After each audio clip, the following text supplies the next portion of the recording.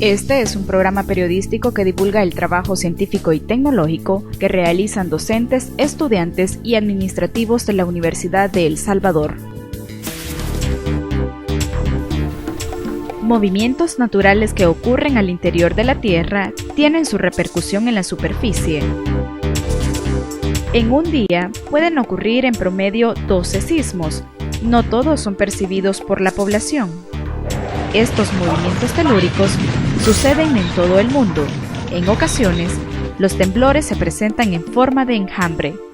Las consecuencias de un terremoto son impredecibles. Pero, ¿por qué tiembla? ¿Cuál es la relación que tienen los sismos con los volcanes? ¿Cómo se miden los temblores? ¿Cuáles son los terremotos que más muertes han causado en El Salvador en los últimos 100 años?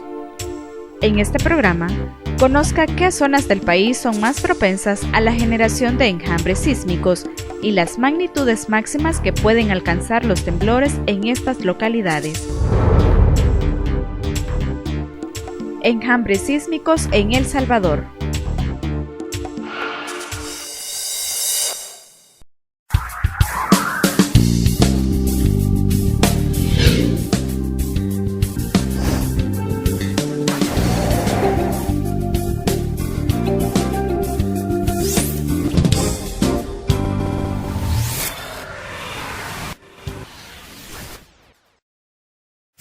Movimiento telúrico, temblor, sismo y terremoto son términos que se refieren al mismo fenómeno.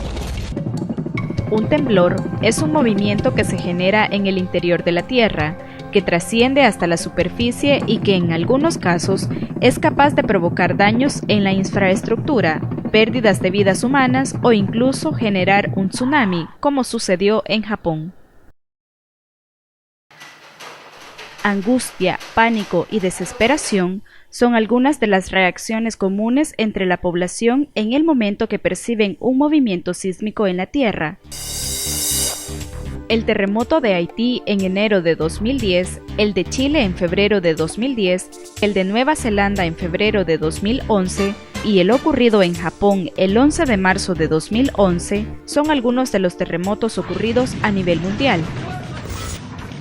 Los sismos son una situación natural que se genera a raíz de tres factores principales: el acomodamiento de las placas tectónicas, las fallas locales producidas por la acumulación de energía en el interior de la Tierra y por la actividad volcánica.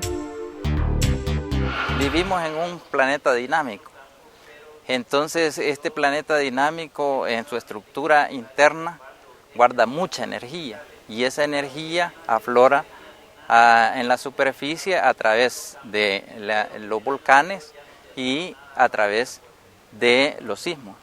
Que la falla en realidad se activa con la acumulación de esfuerzos, es decir, se van acumulando esfuerzos durante el tiempo y cuando la roca, digamos, no es capaz de resistir esos esfuerzos, esas tensiones, esas presiones, entonces cede y viene la ruptura. Y cuando se rompe la roca, se mueven los bloques, entonces se generan los sismos. Los temblores existen en todo el mundo, son parte de la historia, del presente y del futuro, son inevitables. Los movimientos telúricos provocados por las placas tectónicas se caracterizan por ocurrir a niveles más profundos y pueden ser percibidos en varios países de la región. Centroamérica es afectada por el acomodamiento de las placas del Caribe y la placa de Cocos. Sin embargo, los movimientos del resto de placas alrededor del mundo también inciden en la región. Las placas son como rompecabezas, ¿verdad? Como están las placas, que van interaccionando unas con otras. Si una se mueve, todas se van a reorganizar. Están en una continua interacción. Entonces, la cadena volcánica de Centroamérica, no solo es de El Salvador, ¿verdad? La de Centroamérica es provocada por el límite entre esas dos placas, la de Cocos y la del Caribe. Entonces, por eso, en toda Centroamérica, usted puede ver que estamos por ahí con los volcanes en esa misma región, como que siguen una línea, por esa razón. De hecho, en toda América, alrededor del Pacífico, está lleno de volcanes. El lugar donde ocurre un deslizamiento del borde de una placa por debajo del borde de otra se le denomina zona de subducción. El límite entre placas es prácticamente la zona donde ocurre del 60 al 70% de los sismos a nivel mundial. Nosotros tenemos la ventaja de que el límite entre las placas de Cocos y Caribe está fuera del territorio. Guatemala no. Guatemala lo atraviesa la falla del Motagua, que es el límite entre la placa de Norteamérica y la placa del Caribe. La estructura de la Tierra es esa, justamente. Está la corteza, el manto y el núcleo. La mayoría de eventos sísmicos se originan en la corteza terrestre. Es decir, utilizan la energía, digamos, del interior de la Tierra, la energía que hay en el manto, en el núcleo y el manto, y esa energía aflora y hace mover las placas tectónicas. Y ese movimiento de las placas tectónicas son las que generan los sismos. Los sismos provocados por fallas locales se generan en niveles menos profundos de la corteza terrestre, y la percepción en la superficie tiende a ser más intensa e incluso a provocar mayores daños. El grado de impacto que tenga en la zona va a depender en realidad de cuán cerca esté la falla o cuán cerca esté y cuánta magnitud haya sido liberada, cuánta energía haya sido liberada, y también depende de la vulnerabilidad. Si nosotros tenemos construcciones débiles, estas construcciones débiles pueden ser afectadas por sismos pequeños. El del 13 de febrero, para que tenga idea, del 2001, fue alrededor de 32, 35 veces más pequeño que el del 13 de enero. Pero hubo más destrucción, ¿verdad? Los principales tipos de fallas locales son denominadas normales, inversas, transcurrentes y oblicuas. Las normales son aquellas en las que un bloque de tierra desciende respecto a otro. Una falla inversa es cuando una porción de terreno se sube respecto a otra. Las fallas transcurrentes se evidencian porque un bloque de tierra se impulsa hacia adelante respecto a otro. Finalmente, las oblicuas se caracterizan por la inclinación de un bloque de tierra. Cuando construyen las carreteras, entonces perforan la corteza terrestre. Entonces, al perforar la corteza terrestre, nosotros podemos ver en las paredes, podemos ver la estructura geológica que ha ocurrido, y normalmente allí podemos identificar las fallas. Los sismos y los volcanes están íntimamente relacionados, ya que la acumulación de energía en lo profundo de la Tierra, además de provocar temblores, también incide en el comportamiento del magma de un volcán. Por esta razón, también existen temblores que están determinados por un fenómeno conocido como vulcanismo. En realidad, el movimiento energético, ¿verdad?, de las placas tectónicas generan sismos y generan vulcanismo. Es decir, uno de los efectos, el vulcanismo es uno de los efectos de los sismos, podemos decir, porque el sismo se da en las placas tectónicas y esa presión es transmitida al interior de la Tierra, y donde la zona es más débil, allí puede aflorar un volcán. Los temblores a causa del vulcanismo ocurren debido a la actividad de componentes físicos y químicos en el interior del cráter o de manera previa a una erupción. En su mayoría, estos movimientos son percibidos en las zonas cercanas a los volcanes.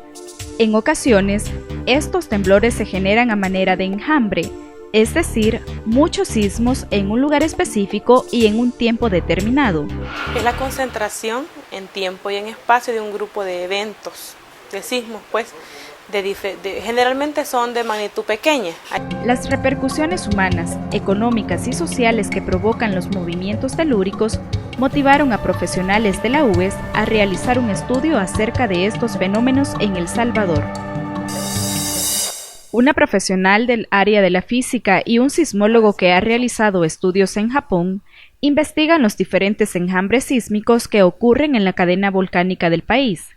El trabajo de estos investigadores es caracterizar los enjambres sísmicos y determinar parámetros normales de magnitud en las diferentes zonas donde ocurren.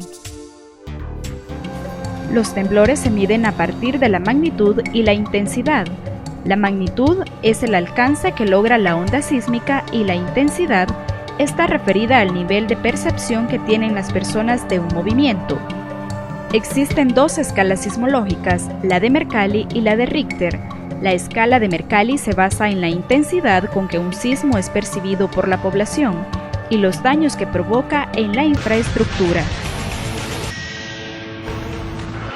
Mientras que la de Richter se enfoca en la magnitud y el alcance de un temblor en función del cálculo de la energía liberada desde el hipocentro, también denominado foco, donde se generó el fenómeno. Le llamamos, en esencia le llamamos foco, el lugar donde se originó el sismo. Ese foco es en el interior de la Tierra, en el subsuelo. Entonces ese lugar le llamamos también hipocentro. Y el lugar en superficie, justamente perpendicular en superficie, a ese le llamamos el epicentro, ¿verdad? Entonces, si nosotros, por ejemplo, ocurre un sismo y su foco está localizado a, por decir algo, 15 kilómetros abajo de nosotros, entonces nosotros estaríamos justo en el epicentro, ¿ya? Y el foco estaría en el interior. Las mediciones de los sismos se realizan con aparatos especiales y estaciones sismológicas. En El Salvador, las estaciones están ubicadas a lo largo del territorio nacional. El Servicio Nacional de Estudios Territoriales, SNET, es la institución encargada del monitoreo de la actividad sísmica en el país y cuenta con los registros actuales e históricos de los diferentes eventos sísmicos que se registran en la región. Nosotros acá hacemos dos clasificaciones, sismos locales y sismos regionales. Sismo local le llamamos a lo que está dentro del territorio y es producido por fallas geológicas locales. Y sismos regionales son los que lógicamente están fuera del territorio, que pueden ser producidos por la falla de Guatemala, por ejemplo, la del Motagua, o por el proceso de subducción, o en la zona de Nicaragua. El SNET ha realizado una clasificación de los 10 sismos más destructivos en El Salvador, desde 1915 hasta el 2010, con base a la cantidad de muertes que provocaron.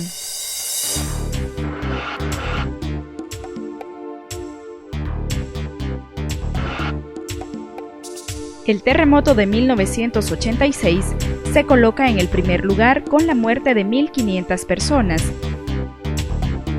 En segundo lugar, se ubica el sismo ocurrido en 1917 con más de 1.000 muertos. En tercer lugar, se encuentra el movimiento telúrico de enero de 2001 con 944 personas fallecidas. El resto de lugares los ocupan los terremotos de 1951,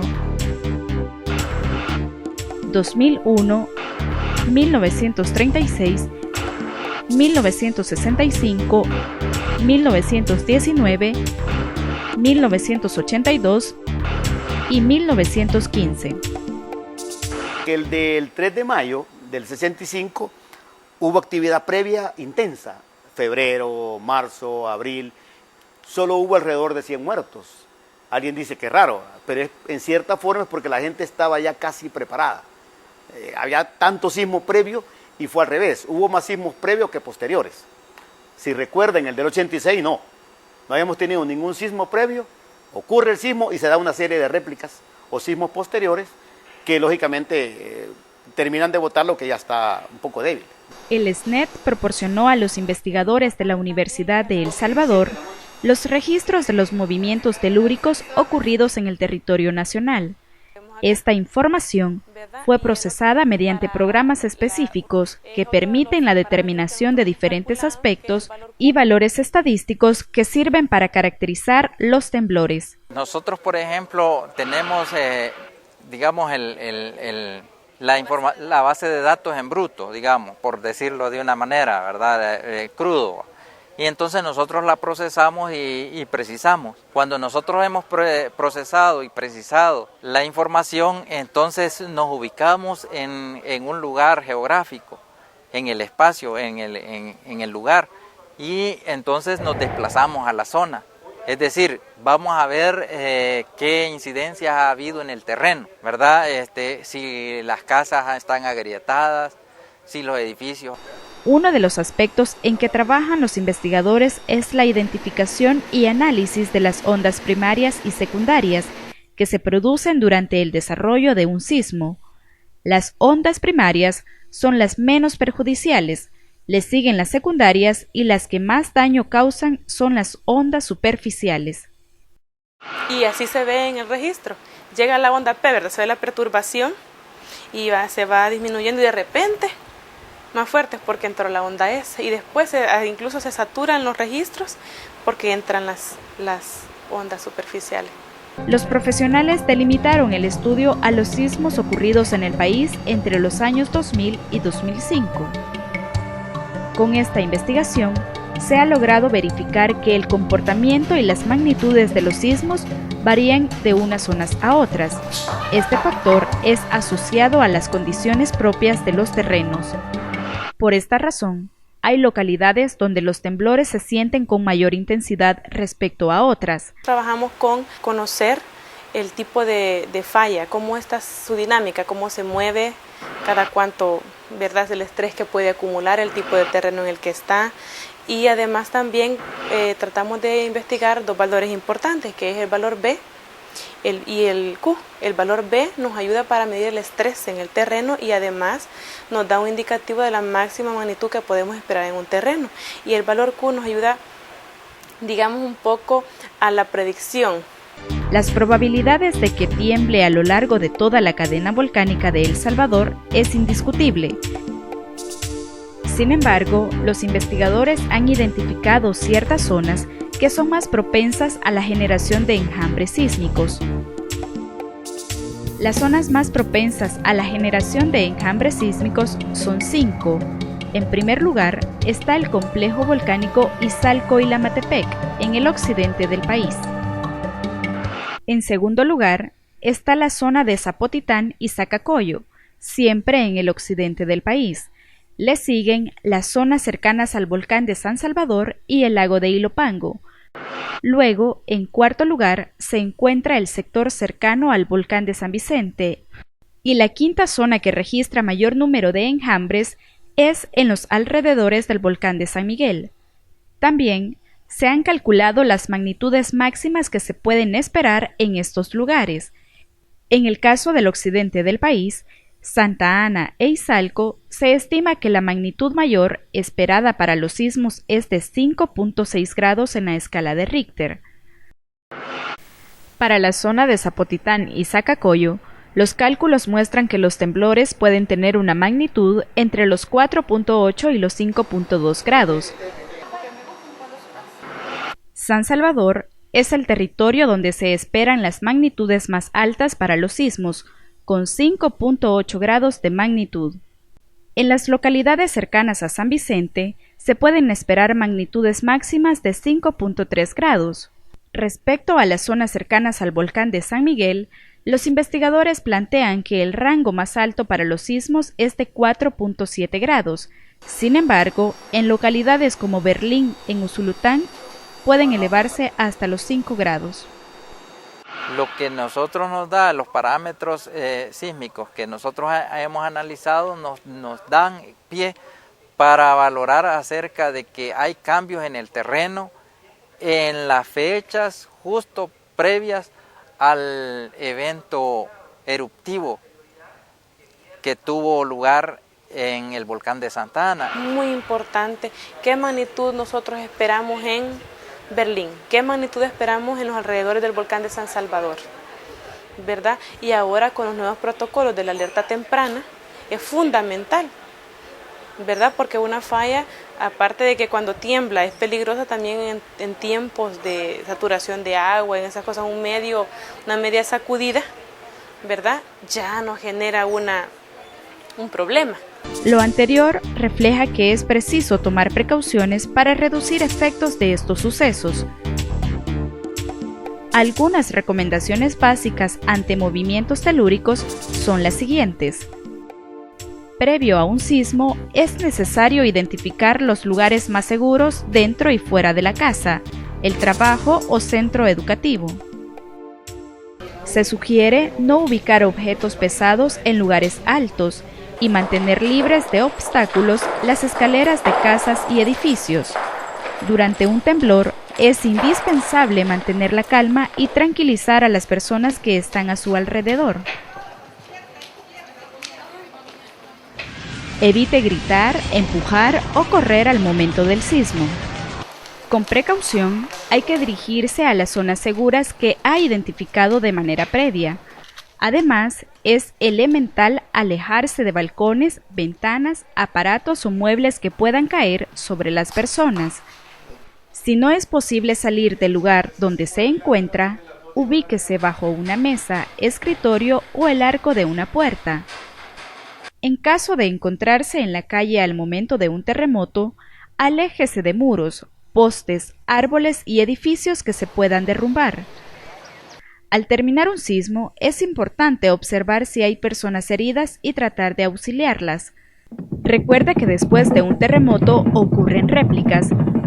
Por eso no regrese a las áreas dañadas sin previa autorización. El simulacro es bueno porque al niño, incluso al adulto, lo va acondicionando. En cuanto más simulacros hace, el adulto o el niño sabe qué hacer. Esta investigación acerca de los enjambres sísmicos fue financiada por el Consejo de Investigaciones Científicas de la UES y ofrece información básica para futuras investigaciones acerca del tema. En primera instancia tenemos ya una base de datos bastante importante acerca del territorio salvadoreño. Eso, digamos, sirve de base para otras investigaciones que se quieran hacer. Las predicciones de las magnitudes esperadas para los enjambres sísmicos responden al análisis de los datos obtenidos entre el 2001 y 2005 en la cadena volcánica, pero son resultados que no se pueden generalizar a todos los tipos de sismos. Por esta razón, se considera que es necesario el desarrollo de nuevos estudios referidos al comportamiento de los sismos en El Salvador, a fin de evitar las pérdidas humanas y económicas a causa de estos fenómenos naturales. Una de las primeras recomendaciones que nosotros creemos prudente darle a las autoridades es el hecho de que le pongan mayor atención a este tema. Este tema realmente repercute en la economía. Entonces es importante que nosotros le demos la importancia debida. Además, los parámetros de magnitudes esperadas para los sismos son útiles para el diseño y normas de construcción de viviendas en busca de reducir desastres por terremotos. La educación de la población en el tema de prevención y alerta temprana es la única herramienta para contrarrestar los efectos de los sismos, que sin duda continuarán presentes en la vida de los salvadoreños y del mundo.